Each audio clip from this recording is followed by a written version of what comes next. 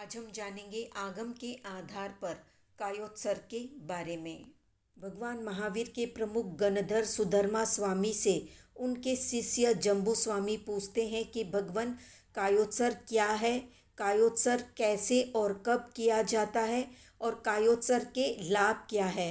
तब सुधर्मा स्वामी बताते हैं कि कायोत्सर्ग से सब दुखों का नाश होता है, क्रिया विसर्जन और ममत्व विसर्जन होता है, देह की जड़ वृत्ति समाप्त होती है और मति की जड़ता नष्ट होती है, सुख दुख की तितिक्षा बढ़ती है और ध्यान लगता है।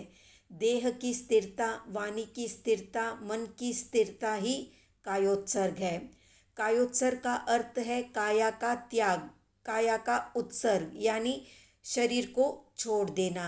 ऐसे तो जब तक आयुष्य कर्म बाकी है तब तक काया का उत्सर्ग नहीं हो सकता, परंतु ये शरीर मेरा नहीं है और मैं इसका नहीं हूँ, मैं अलग हूँ, शरीर अलग है। इस तरह बार बार विचारों से भावित होने से शरीर के प्रति ममत्व भाव कम होता है। जब शरीर में ममत्व नहीं रहता तभी काया परित्यक्त हो जाती है। इसी को कायोत्सर्ग कहते हैं।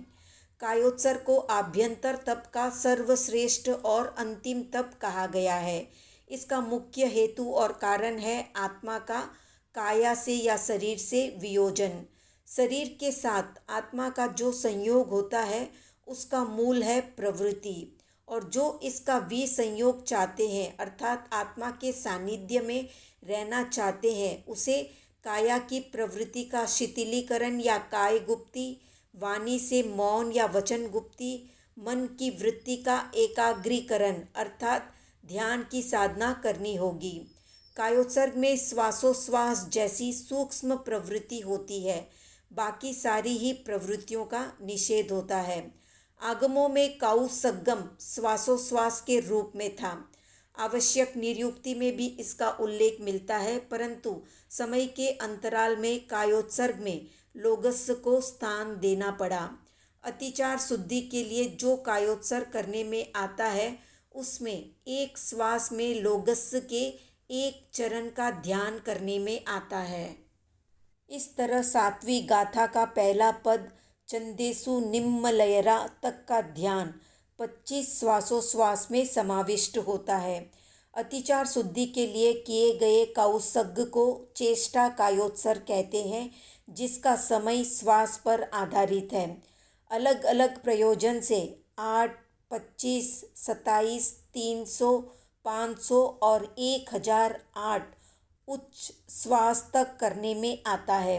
विशेष विशुद्धि या प्राप्त कष्टों को सहन करने के लिए जो कायोत्सर्ग करने में आता है उसको अभिनव कायोत्सर्ग कहते हैं। उसका समय कम से कम अंतर मुहूर्त और उत्कृष्ट 1 वर्ष का है।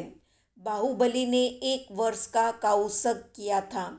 काउसग और ध्यान यानी 12 और 11वां आभ्यंतर तप एक ही सिक्के के 2 पहलू है। चित्त की स्थिरता ध्यान है, परंतु चित्त की स्थिरता प्राप्त करने के लिए देह की स्थिरता और वाणी की स्थिरता आवश्यक ही नहीं अति आवश्यक है।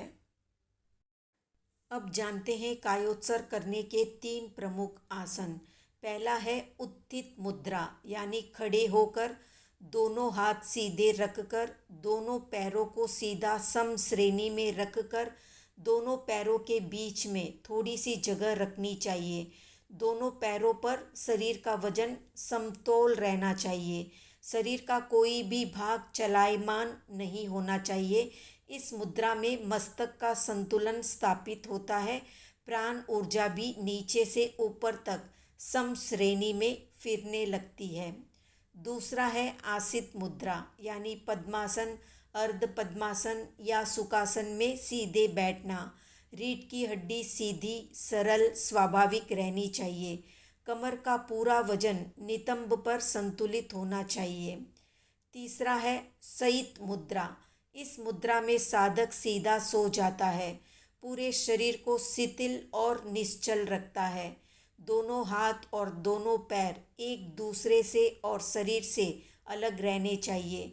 जो साधक सीधा नहीं सो सकता है तो एक करवट सोकर, एक पैर मोड़कर उसके ऊपर दूसरा पैर लंबा करके और दोनों हाथ मस्तक की तरफ लंबे करके शिथिलीकरण कर सकता है। तो ये थी कायोत्सर्ग से संबंधित संक्षिप्त जानकारी। कितने लोग रोज कायोत्सर्ग करते हैं कमेंट में बताएं। वीडियो पसंद आया तो लाइक शेयर सब्सक्राइब करें।